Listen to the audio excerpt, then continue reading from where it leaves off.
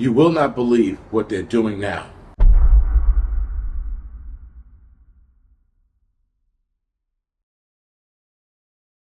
There's a narrative that's being built up.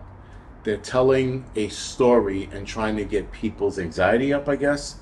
They're also trying to make people a lot more fearful as to what is coming. So the virus that they're talking about right now is called the Nipah virus. Now, this virus has a 40 to 75% mortality rate. You'll read it in different places. Some places will tell you 40 to 50. Some places will tell you 70.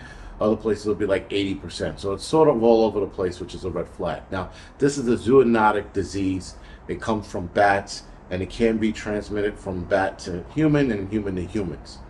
So, of course, guys, this narrative is being told for a couple of years now, but they're starting to pick up in articles so that people can read them and go, oh, no, this is something that I should be concerned about. No, you shouldn't.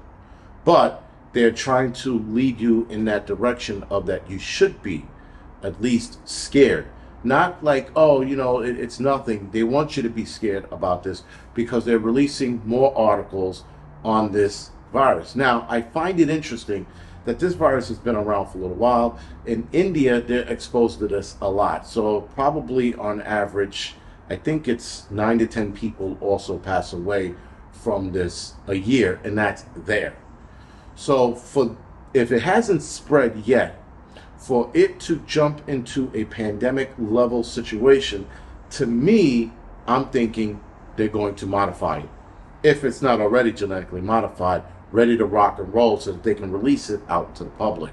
Now, again, that's my conspiracy theory brain kicking in, because why would they warn us about something that's been around for quite some time? And when I mean quite some time, I'm probably saying 10, 20 years or so. And it's not new, but now all of a sudden in 2024 and 2025, they've been warning us about this. And in 2025, there's been more articles leading up to the possible release of it, which, guys, it could be this year, it could be next year, it could be 2, 3, 4, 5 years from now. My point is that they're trying to drum up the drama, they're trying to drum up the fear and the anxiety on something that, yes, if it does get released, if it is genetically modified, I think if it's genetically modified, it's going to spread a lot faster. And it might even have a higher mortality rate. But they're trying to get you anxious, and they're trying to get you to fall in line a lot easier. I think that's where the problem is that they're going to have people line up to get the arm ticket. Now, the arm ticket for the Nipah virus is in human trial. So they are testing it on people. You want to see how that's going to work out, because it doesn't matter what the results are going to be. They're going to release this arm ticket. If everyone in that study passes away, they're still going to release it. But the fact that they're letting us know the play-by-plays of where this arm ticket is going, we all know it's going to get released. Now, who picks it up? I'm not sure. Pfizer or the other tech pharmaceutical companies out there, who knows? But they're looking to make money off of this. And how they're going to make money off of this? Well, you can't make money off of something that's not being used or put in people's arms, and you can't make money off of it sitting on a shelf. So their next endeavor is to push the actual disease out into the world, and again, genetically modified so that it's easier to spread and has a faster incubation period. Now, the incubation period on this is anywhere between 4 to 14 days.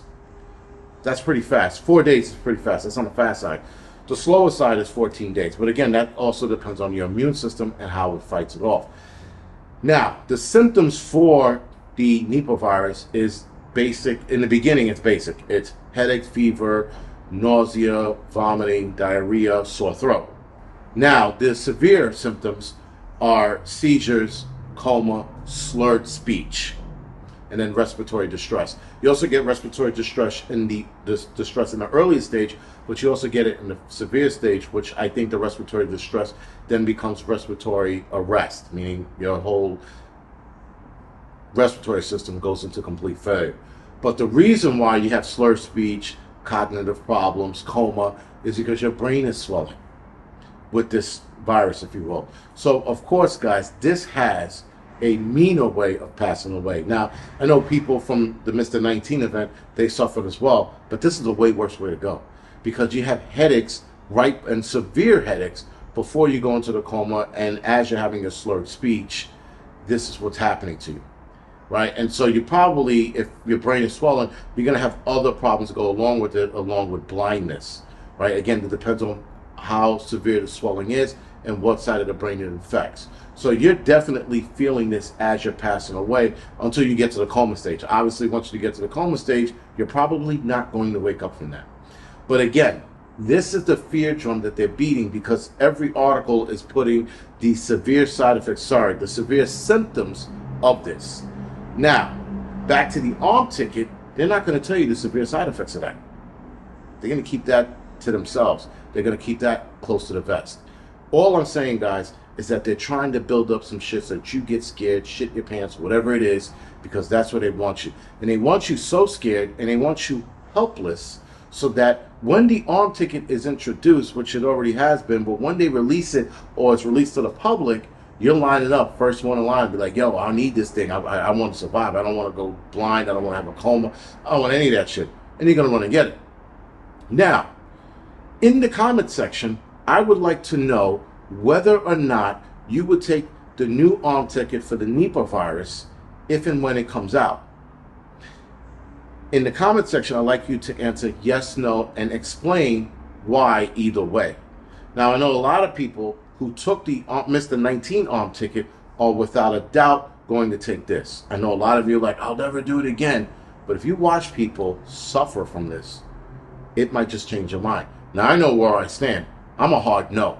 I'm going to take care of the family. I'm going to take care of myself. I'm going to take care of anyone else I need to take care of and keep them safe and away from this.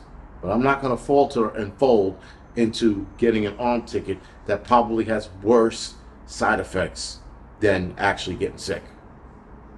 But other than that, guys, this is the Angry Prepper. Thank you for watching.